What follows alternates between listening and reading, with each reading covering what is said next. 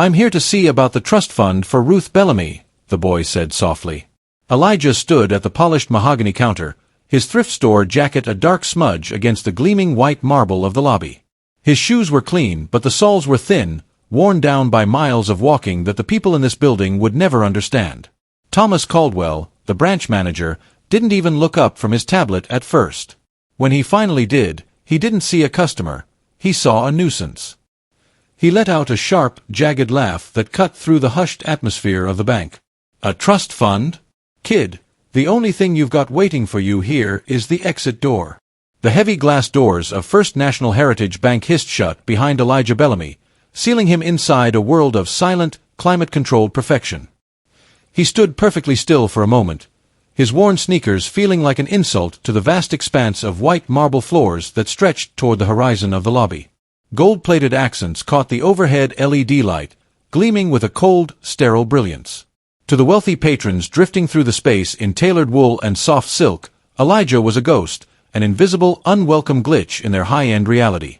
He adjusted the strap of his backpack, feeling the weight of the brown envelope tucked deep inside. He wasn't there for a handout, yet every eye that skimmed over his thrift store jacket and frayed cuffs seemed to judge him as if he were. He walked toward the main counter, his posture straight, his chin level. He didn't look like a boy who was lost. He looked like a boy who was exactly where he was supposed to be. At the center of the mahogany-clad island sat Thomas Caldwell. The manager was a man who wore his authority like a weapon, leaning back in an ergonomic leather chair that likely cost more than Elijah's neighborhood spent on groceries in a month. Caldwell was deep in a theatrical laugh, sharing a joke with a senior teller, his expensive watch catching the light as he gestured wildly.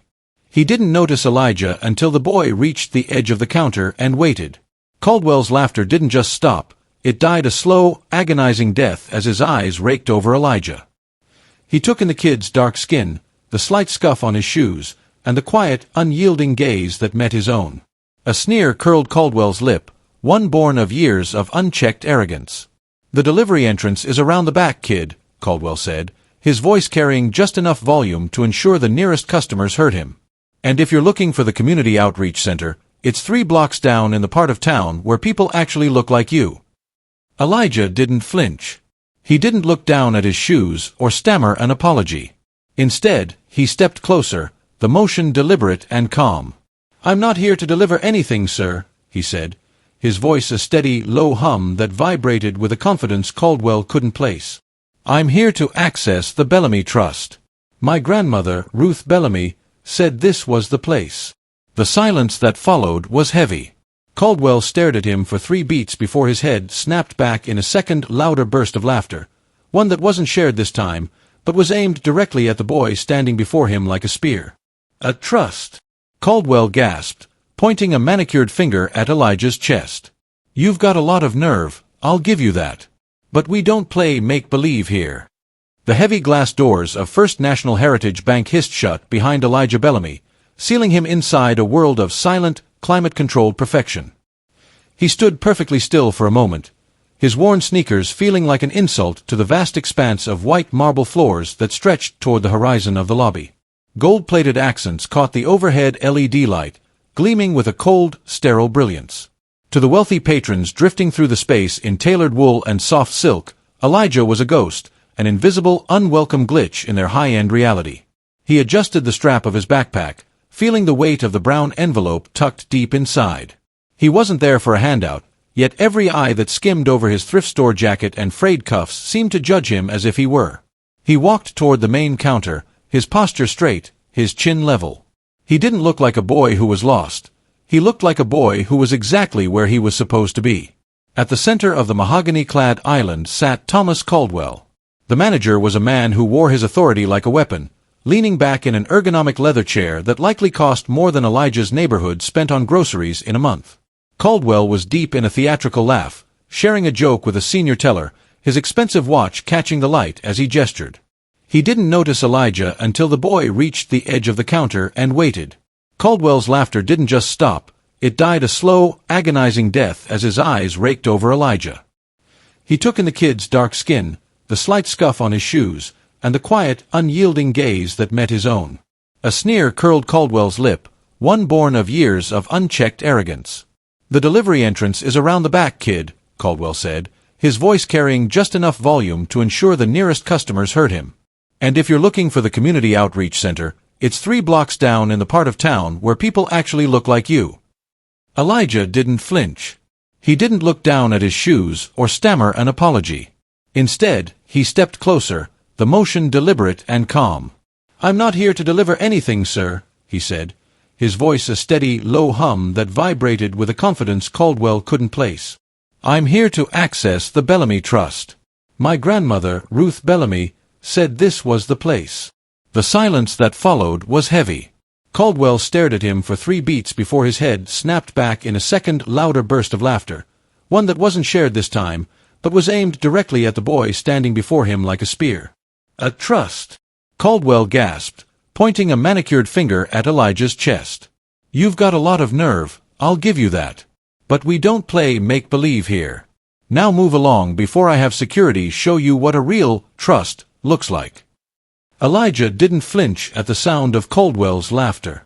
Instead, he reached slowly into the inner pocket of his worn jacket. The movement was calm, devoid of the frantic energy Caldwell expected from a boy in his position. With a steady hand, Elijah placed a matte black card onto the cool marble of the counter. It was heavy, devoid of the bright logos or flashy colors of standard bank cards.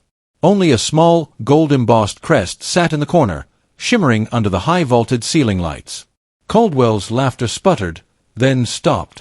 He stared at the card for a long second, his eyes narrowing as he recognized the weight and texture of a platinum reserve, a card that technically didn't exist on the bank's public brochures. It was an artifact of extreme wealth, the kind that opened doors in cities the manager had only visited on vacation. But the silence didn't lead to an apology. In Caldwell's mind, the card wasn't a sign of Elijah's status, it was evidence of a crime. "Where did you get this?" Caldwell's voice had dropped to a dangerous, low hiss. He snatched the card from the counter, holding it up between 2 fingers like a piece of evidence. He turned to the lobby, raising his voice so the wealthy couple waiting by the fountain and the tellers behind the glass could hear him clearly. "Does anyone recognize this? I think our young trust fund baby here found someone's lost wallet in the parking lot." A ripple of amused murmurs drifted through the lobby. A man in a tailored gray suit let out a dry chuckle, while a woman clutching a designer handbag shook her head in theatrical disapproval. The public humiliation was a performance, and Caldwell was the lead actor. "It's mine," Elijah said. His voice was quiet, but it didn't tremble. It had a hollow, echoing quality that seemed to push back against the manager's noise. "My name is on the back. If you'd bother to turn it over instead of waving it around, you'd see that." Caldwell sneered, his face reddening as he felt the boy's lack of fear as a direct challenge to his authority.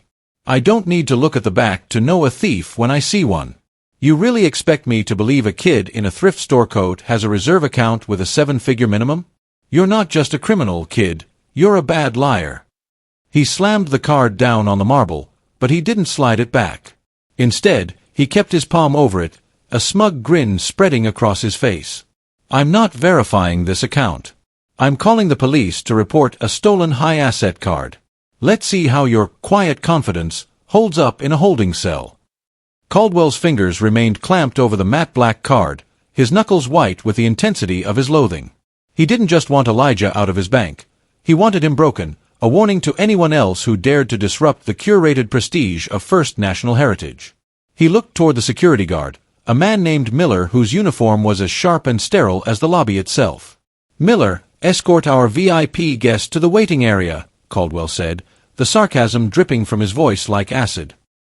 He gestured vaguely toward the far reaches of the hall, toward a narrow corridor that led to the service elevators and the restrooms.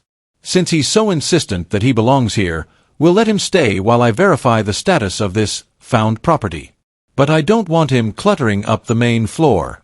He's a distraction to the real clients." The guard didn't hesitate. He stepped into Elijah's personal space, the heavy scent of starch and gun oil following him. He didn't touch the boy, but the threat was implicit, a hand resting just inches from his belt, his eyes fixed on Elijah with a cold, predatory focus. "Move," Miller commanded, a single word that carried the weight of a physical shove. Elijah stood. He didn't rush, and he didn't stumble.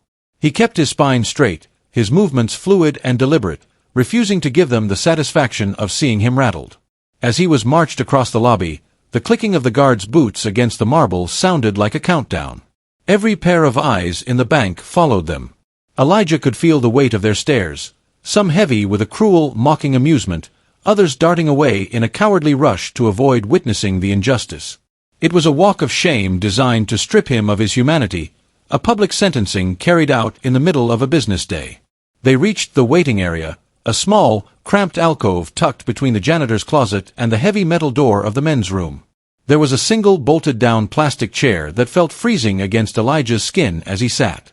The air here was stale, stripped of the expensive sandalwood cologne that permeated the front desk. From this vantage point, Elijah was tucked out of sight, a problem hidden behind a corner. Miller stood 5 feet away, arms crossed, his shadow falling across Elijah's knees like a shroud. He was a silent sentinel of a system built to keep people like Elijah in their place. Caldwell looked over from the main counter, catching Elijah's eye for a brief moment. The manager offered a sharp, triumphant grin before turning back to his computer, leaving the boy in the dark. Elijah reached into his pocket and felt the thin, crinkled edge of his grandmother's letter. He breathed slowly, letting the cold air of the alcove steady him. They thought they had buried him, unaware that he was simply waiting for the sun to go down so the real power could rise. Elijah sat on the cold metal chair, his back against the beige wall near the janitor's closet. The air here was different, heavy with the scent of industrial bleach and the hum of a nearby vending machine.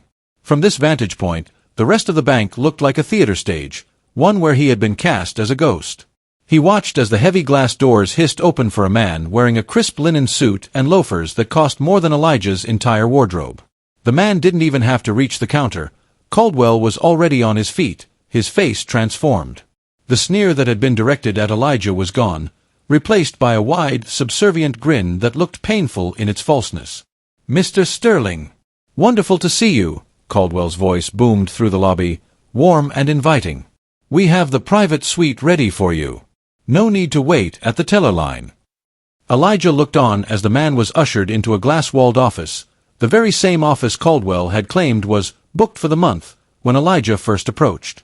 A junior staff member appeared seconds later with a steaming cup of espresso on a silver tray. It was a choreographed dance of belonging, a silent language of nods and handshakes that made it clear who was considered human and who was considered a threat. The betrayal wasn't just in Caldwell's cruelty, but in the collective silence of the room. Elijah saw a woman at the far counter, her eyes briefly meeting his. She saw the way the security guard stood over him, hand resting provocatively on a leather belt. She saw the way he had been tucked away near the trash cans. She looked away quickly, adjusting her pearls, her discomfort manifesting not as a defense of the boy, but as a hurried exit from the building. To acknowledge his presence was to acknowledge the rot beneath the marble, and it was easier for everyone to pretend he was invisible. Elijah reached into his pocket and felt the corner of his grandmother's letter. He didn't need their espresso or their velvet chairs. He knew what they didn't, that the power in the room wasn't behind the mahogany desks or the glass walls. It was sitting right here, in the shadow of the janitor's closet, waiting for the clock to strike. He checked his phone. His uncle was 5 minutes away. The silence in the bank was peaceful to the others, but to Elijah, it was the silence before a storm. He closed his eyes and breathed in the scent of bleach, anchoring himself. He was a Bellamy, and soon, they would all realize that this palace didn't just house his money, it belonged to him. Elijah reached into the inner pocket of his jacket, his fingers trembling slightly as they brushed the yellowed edges of the envelope. He pulled out the letter, the paper softened by years of being folded and unfolded, smelling faintly of the lavender detergent and peppermint tea that had always defined his grandmother's small apartment. As the chaos of the bank's lobby continued, the clicking of heels, the chime of elevator doors, and Caldwell's booming, performative laughter, Elijah retreated into the shaky, elegant script of Ruth Bellamy. "My dearest Elijah," the letter began, the ink fading but the intent as sharp as a blade. "By the time you read this, you will be standing in a place that wasn't built for us. They will look at your skin and your clothes, and they will try to tell you that you are a trespasser in your own life." Elijah closed his eyes, and for a moment, the scent of industrial bleach was replaced by the memory of his grandmother's kitchen. He remembered the way her hands looked, calloused and mapped with deep lines from 40 years of scrubbing floors in buildings just like this one. Ruth Bellamy hadn't been born into the Bellamy fortune. She had birthed it out of sheer, agonizing will. He remembered her coming home at midnight, her back stooped, her knees swollen, yet she would sit at the small wooden table and meticulously record every nickel into a ledger. She had skipped meals so he could have books. She had walked miles in the snow to save bus fare, depositing every spare cent into the account that Thomas Caldwell now claimed was a fraud. This money isn't just paper, Elijah. It is 40 years of yes ma'am, and no sir.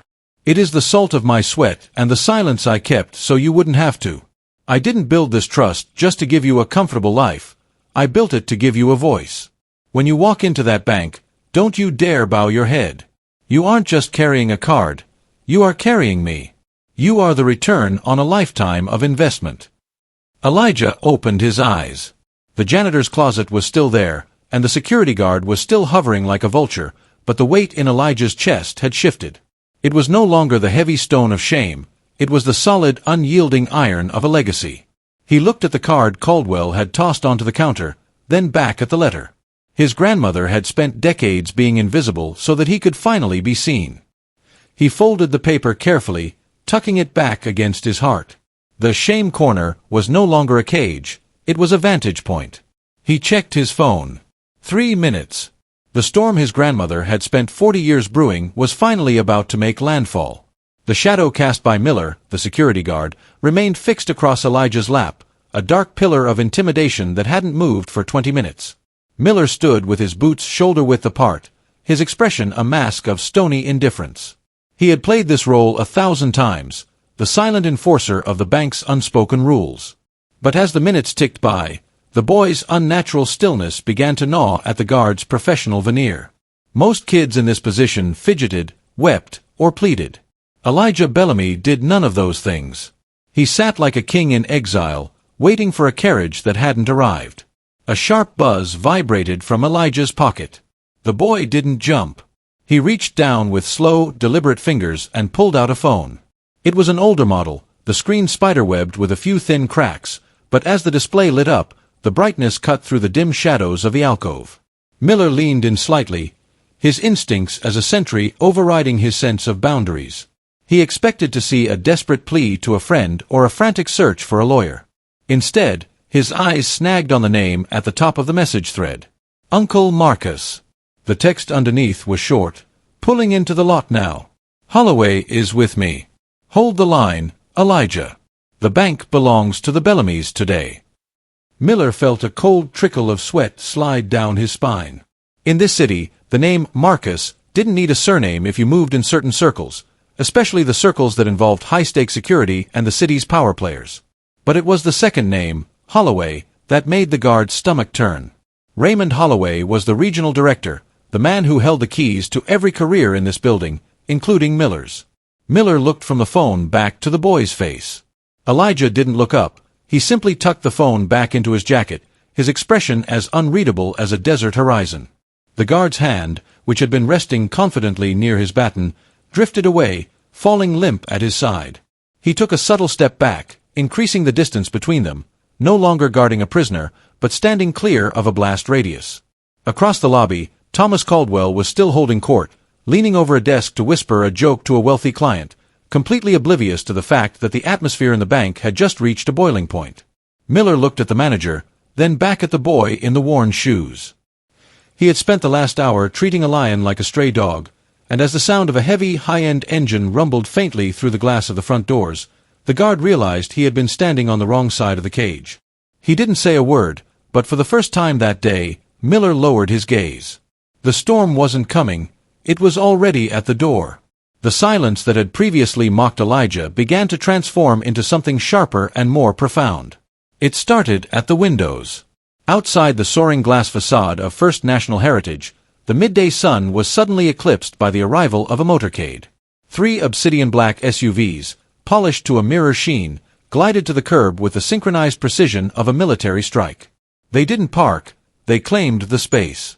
Inside the lobby, the air seemed to thin. The wealthy patrons who had been whispering over their coffee stood frozen, their eyes locked on the street. Thomas Caldwell looked up from his desk, the arrogant smirk still lingering on his lips, but as he watched the lead vehicle, a heavy armored Mercedes with tinted glass, come to a halt, the blood began to drain from his face. This wasn't a routine visit from a high-net-worth client. This was a manifestation of raw, unyielding power. The doors of the SUVs opened simultaneously. Men in charcoal suits and earpieces stepped out, forming a corridor of silent steel. Finally, the rear door of the Mercedes opened. Marcus Bellamy stepped into the light. He was a man of presence, his suit perfectly tailored to hide the lethal capability of his frame, his eyes hidden behind dark glasses. Beside him stood Raymond Holloway, the regional director, looking uncharacteristically pale and rigid. As they walked toward the entrance, the heavy glass doors hissed open, but no one moved to greet them. The typical hum of the bank, the clicking of keyboards, the polite chatter, was dead. The only sound was the rhythmic, heavy thud of Marcus's leather shoes against the marble, a sound that echoed like a heartbeat in the cavernous room. Caldwell scrambled to his feet, his hands shaking as he smoothed his tie. He prepared to put on his most subservient mask, unaware that the boy he had exiled to the shame corner was already standing. Elijah didn't look at the manager. He watched his uncle. Marcus Bellamy didn't head for the teller line or the private offices. He stopped in the center of the lobby, his gaze sweeping over the gold accents and the cowering staff with a look of cold, proprietary boredom. He didn't say a word, yet the atmosphere shifted from one of luxury to one of a crime scene. The patrons who had laughed at Elijah now looked down at their own shoes, suddenly feeling the weight of their own complicity. The temperature in the room seemed to drop 10 degrees as Marcus finally turned his head toward the back alcove, his eyes locking onto his nephew. The waiting game was over. The bank was no longer a place of business. It was a courtroom, and the verdict had already been decided. Marcus Bellamy didn't wait for an invitation. He moved across the lobby with a predatory grace, the sound of his handmade leather shoes striking the marble like a gavel. Beside him, Raymond Holloway, the regional director, struggled to keep pace, his brow damp with a cold sweat that had nothing to do with the building's temperature. The security guard, Miller, practically melted into the wall, his head bowed in a desperate attempt to become part of the architecture. Thomas Caldwell, realizing his moment had arrived, smoothed his suit jacket and rushed forward, his face twisting into a mask of oily subservience. "Mr. Holloway, what an unexpected honor," Caldwell chirped, his voice cracking slightly. He ignored Marcus, focusing entirely on his superior. "I apologize for the atmosphere. We've had a bit of a security situation with a vagrant attempting to commit fraud. I was just about to have him removed." Holloway didn't look at Caldwell. He looked at the floor, his voice barely a whisper. "Thomas, shut up." Marcus Bellamy stopped 3 feet from the manager. He didn't raise his voice. He didn't have to. The air in the bank seemed to crystallize around him. "A vagrant?" Marcus asked, his tone deceptively smooth, like silk over a razor blade. He turned his head slowly toward the alcove near the janitor's closet. "Elijah, come here." Elijah stood and walked into the center of the light. He didn't gloat. He simply stood beside his uncle, the worn fabric of his jacket brushing against Marcus's bespoke wool. "You found a stolen card, I believe?" Marcus held out a hand, palm up. Caldwell's hand shook violently as he reached into his pocket and produced the matte black card. I was only following protocol, sir." The boy's appearance. He claimed he had a trust. "I assumed." "You assumed," Marcus interrupted, his eyes locking onto Caldwell's with a terrifying finality. "You assumed that because he carries the scars of his grandmother's hard work, he couldn't possibly belong in your world. But you see, Thomas, this isn't your world. Raymond, tell him." Holloway finally looked up, his expression one of pure, professional mourning. "Thomas, Mr. Bellamy isn't just a client. Through his holding company and the Bellamy Trust, he owns 45% of this entire banking group. He is the majority shareholder of this branch. He doesn't just have an account here. He is the bank." The silence that followed was absolute. Caldwell's mouth hung open, but no sound came out. The elite customers who had mocked Elijah suddenly found themselves shrinking in their chairs, realizing they had been laughing at the family that owned the very roof over their heads. Marcus took the card from Caldwell's trembling fingers and handed it back to Elijah. "My nephew didn't come here to steal from you, Thomas. He came to see if his grandmother's investment was being treated with respect. He leaned in closer, his voice dropping to a chill. It seems the investment in you was a mistake. And I am very thorough about correcting mistakes. The air in the lobby felt heavy, as if the very atoms of the room were reorganizing themselves around a new center of gravity. Thomas Caldwell stood paralyzed, his skin a sickly shade of gray that made his expensive tan look like a cheap mask. He looked at Marcus Bellamy, then at Director Holloway, searching for a punchline that wasn't coming. The silence was no longer a weapon used against Elijah. It was a vacuum into which Caldwell's entire career was disappearing. "Miller," Marcus said, his voice quiet but carrying the resonance of a final judgment. The security guard, who had spent the last hour looming over Elijah like a threat, stepped forward. His face was set in a grim, ashamed line. He didn't look at the boy he had intimidated. He looked at the manager he had once obeyed. "Sir?" Miller asked. "Mr. Caldwell has been relieved of his duties, effective immediately," Holloway stated, his voice regaining some of its professional steel. "He is barred from the premises. Please escort him to the sidewalk. He is not to collect his personal effects. They will be couriered to him once they've been searched for bank property." Caldwell's mouth opened and closed like a landed fish. "Raymond, you can't be serious. It was a misunderstanding. I was protecting the brand." "You were protecting your own ego, Thomas," Holloway replied coldly. "And in doing so, you insulted the very foundation of this institution." Miller placed a heavy, gloved hand on Caldwell's shoulder, the same hand that had hovered near a baton when Elijah was the target. The irony was a physical weight in the room. As the guard steered the trembling manager toward the glass doors, the wealthy patrons who had previously laughed now turned their heads in a frantic effort to look busy, their faces burning with a sudden realization of their own cowardice. Marcus turned to Elijah, his expression softening into something resembling pride. He gestured toward the massive mahogany desk, the seat of power that Caldwell had used as a throne of exclusion. "Sit, Elijah," Marcus said. "This desk belongs to the person who understands the value of the name on those documents. That's you." Elijah walked toward the desk. Each step on the marble felt different now, not like a ghost haunting a palace, but like a master walking through his own halls. He sat in the ergonomic leather chair and pulled his grandmother's brown envelope from his jacket. He didn't rush. He smoothed the papers out on the polished wood, the modest documents looking more powerful than all the gold leaf in the building. As he picked up a heavy silver pen to sign the transfer of the Bellamy Trust, Elijah looked up.